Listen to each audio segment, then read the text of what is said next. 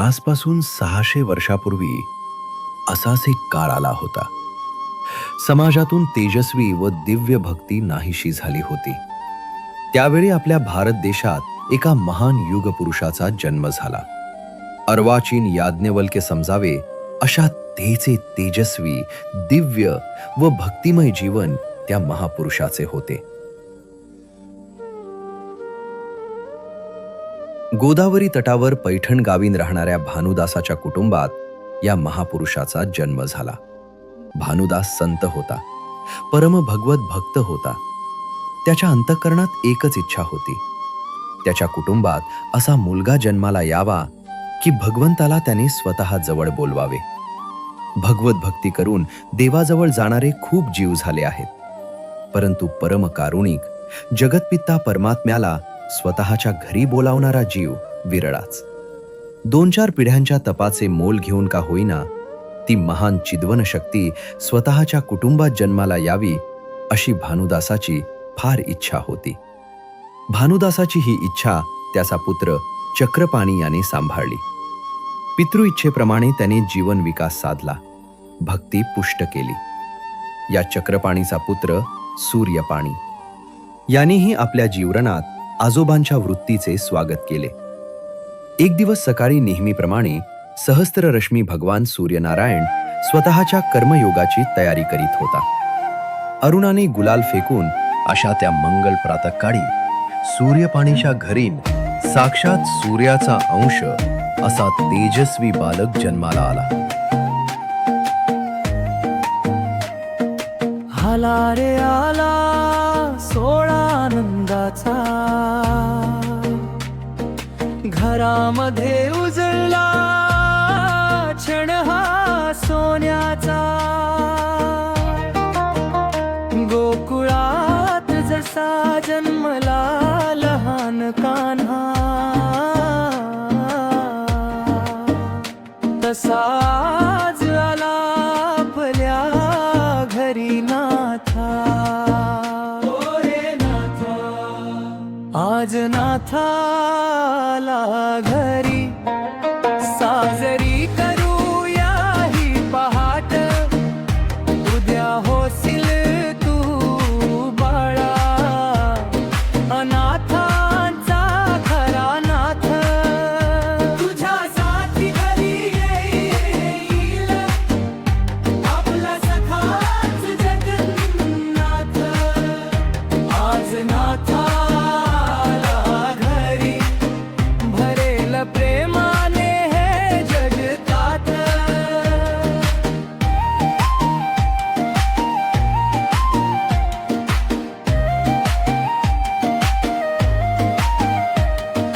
तुझ्या छोट्या पावलांनी उंबऱ्याला लाभला अर्थ. आईच्या डोळ्यात दाटला अश्रू आनंदाचा वर्षाव. तुझ्या हास्याने चक्रपाणी आजोबा झाला. त्याला वाटले भानुदासांनंतरच्या या 3ऱ्या पिढीत त्यांची इच्छा पूर्ण होईल. जी इच्छा 3 पिढ्यांचा वारसा घेऊन पुढे चालत आलीये, ती इच्छा हा नवजात बालक पुरी करील, असा त्याचा अंतरात्मा म्हणत होता. नातवाचे मुख पाहून चक्रपाणी कृतार्थ झाला. या बालकाचे नाव एकनाथ ठेवले. कर्माची गती गहन असते. भगवंताला स्वतःच त्याचा पार लागत नाही. न जाने जानकी नाथ सबेरे क्या होगा. मै सामान्य माणसाची काय कथा. एकनाथ साधारणतः 1.5 वर्षाचा झाला व त्याची आई मरण पावली. एकनाथासारख्या महान विभूतीला पृथ्वी तलावर आणण्याचे आपले काम पूर्ण करून ती निघून गेली. चक्रपाणीवर त्याचा आघात झाला. देवाला ही धरतीवर बोलवणारा नाथ, आज तोच कसा झाला नाथ.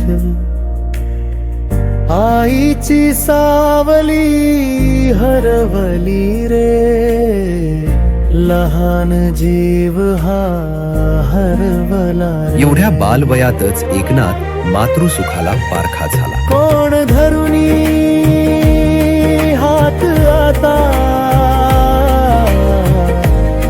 एकनाथ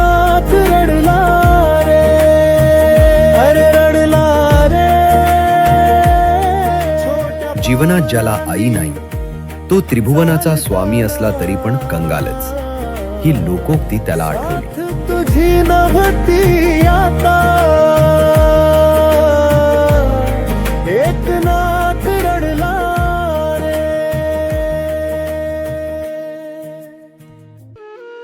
ज्याला आई नाही त्या मुलाच्या जीवनाचा विकास कसा होणार?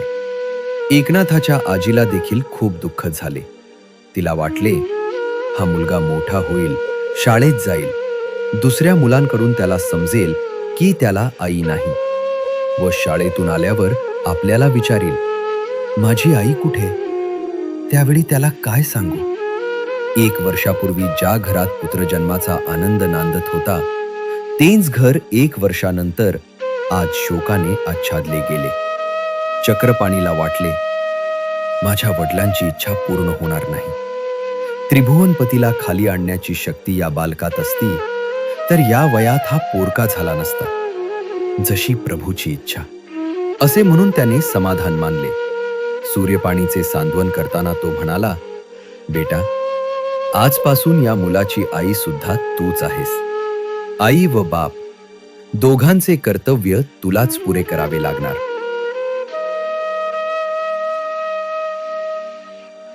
दिवसामागून दिवस जात होते. बाळ एकनाथ आता 5 वर्षाचा झाला होता आणि नियतीने घाला घातला. एकनाथाची वडील चक्रपाणी त्याला सोडून गेले. एकनाथाच्या कोवळ्या मनावर जणू आभाळ कोसळले. एकनाथ आईच्या आणि बाबाच्या प्रेमाला मुकला. हात आता एकनाथ रडला रे, अरे रडला रे. छोट्या पावलांनी चालताना साथ तुझी नव्हती आता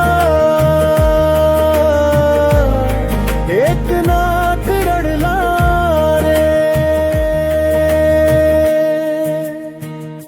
एकनाथाला मोठं करण्याची जबाबदारी आजी आजोबावर आली. दिवसामागून दिवस जात होते. एकनाथाला कोणतीही उणीव भासू देत नव्हती.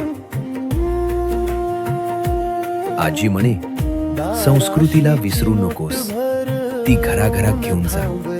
आजोबा सांगत, वाटेल तसे जीवन जगून नकोस, तेजस्वी जीवन जग. झोपडी झोपडीत भगवंताचा दिव्य संदेश घेऊन जा. पाया भर फक्त आठवांची रे राख उरलेली. एकनाथाची मुंज 6 वर्षी झाली आणि त्याला शिकवण्यासाठी घरी एक विद्वान पंडित येत असे. एकनाथाची बुद्धी अत्यंत तीव्र होती. तो शिकवलेले सर्व लगेच समजून आणि लक्षात ठेवत असे. कोणताही विषय तो लगेच पाठ करून दाखवत असे. त्याच्या प्रश्नांमुळे कधी कधी गुरुजींनाही अडचण येत असे. साथ तुझी नव्हती आता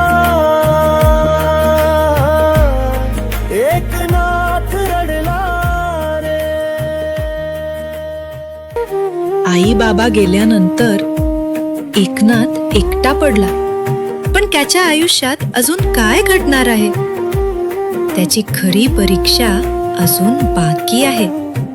खरंच एकनाथ देवाला घरी बोलावेल का?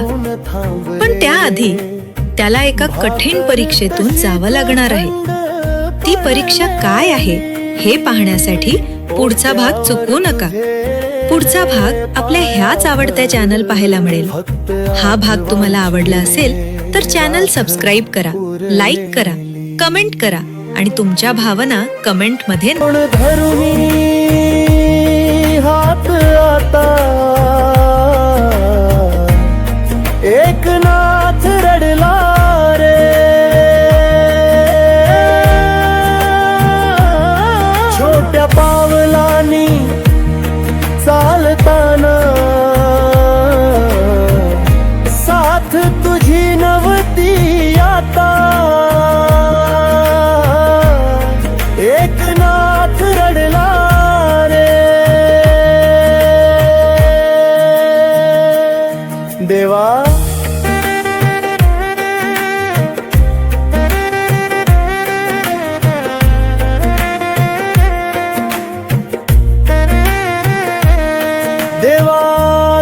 दारी उभा हा प्रश्न, आई शिवाय घरच का होत शून्य. जप माझ्या लेकराला ठेव तिच्या मांडीशी, स्वप्नात जरी येऊ दे घ्यायाला कुशीशी. अगाई कोण धरुनी हात आता, एकनाथ रडला रे. छोट्या पावलांनी चालताना, साथ तुझी नव्हती आता. आईची सावली हरवली रे, एकनाथ रडला रे.